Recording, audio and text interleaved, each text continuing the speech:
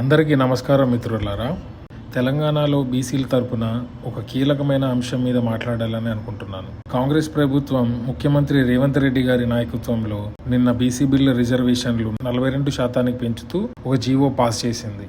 రాజ్యాంగంలోని article 240 D6 ప్రకారం local bodies లోని రిజర్వేషన్లు నిర్ణయించే అధికారం రాష్ట్ర ప్రభుత్వానికి ఉంది. దాని ప్రకారం రాష్ట్ర ప్రభుత్వం జీవో పాస్ చేసింది. కానీ ప్రశ్న ఏమిటంటే, ఇది నిజంగా బీసీలకు ఉపయోగం చేసేలా ప్రక్రియనా లేక కేవలం రాజకీయ స్టంట్ మాత్రమేనా? ఎందుకంటే ఈ బిల్లు ఇప్పటికే గవర్నర్ దగ్గర పెండింగ్ లో ఉంది, పార్లమెంట్ నుంచి రాష్ట్రపతి దగ్గర పెండింగ్ లో ఉంది. అది క్లియర్ కావాలి. కానీ ఇప్పటి వరకు ఆ ప్రక్రియ పూర్తి కాకపోయినా కొత్తగా జీవో పాస్ చేసి మేము చేశామని చూపించుకుంటుంది. ఈ జీవో పైన ఎవరి కోర్టుకు వెళ్ళినా ఈ జీవోని కొట్టివేసే అవకాశాలు ఉన్నాయి. ఇవి ముందు చూపుతో ఆలోచించి ముందుకు అడుగులు వేస్తుందా లేక మధ్యలోనే గోవిందా అనిపిస్తుందా? బీసీల కోసం నిజమైన చిత్తశుద్ధి ఉంటే ఢిల్లీలో మన ఎంపీలు, ముఖ్యంగా కాంగ్రెస్ పార్టీ ఎంపీలు, మరీ ముఖ్యంగా రాహుల్ గాంధీ గారు పార్లమెంట్లో బలంగా అడగాలి కదా.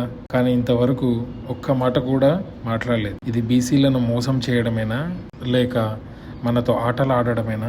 బీసీలు ఈ రాష్ట్రంలో పెద్ద శాతం ఉన్న వర్గం. విద్య, ఉద్యోగాలు, రాజకీయాల్లో నిజమైన ప్రాతినిధ్యం రావాలని మనం ఎన్నాళ్లుగానో కోరుతున్నాం. కానీ ఈ ప్రభుత్వాలు మాత్రం ఓటుకు ముందు హామీ ఇస్తాయి, ఎన్నికల తర్వాత మాత్రం జీవోలు, బిల్లులు అని గాల్లో మాటలతో కాలక్షేపం చేస్తాయి.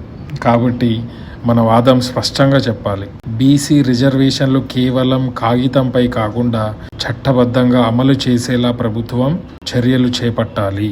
ఢిల్లీలోనూ పార్లమెంట్లోనూ దీనిపై బలంగా పోరాడాలి. షెడ్యూల్ 9లో చేర్చాలి.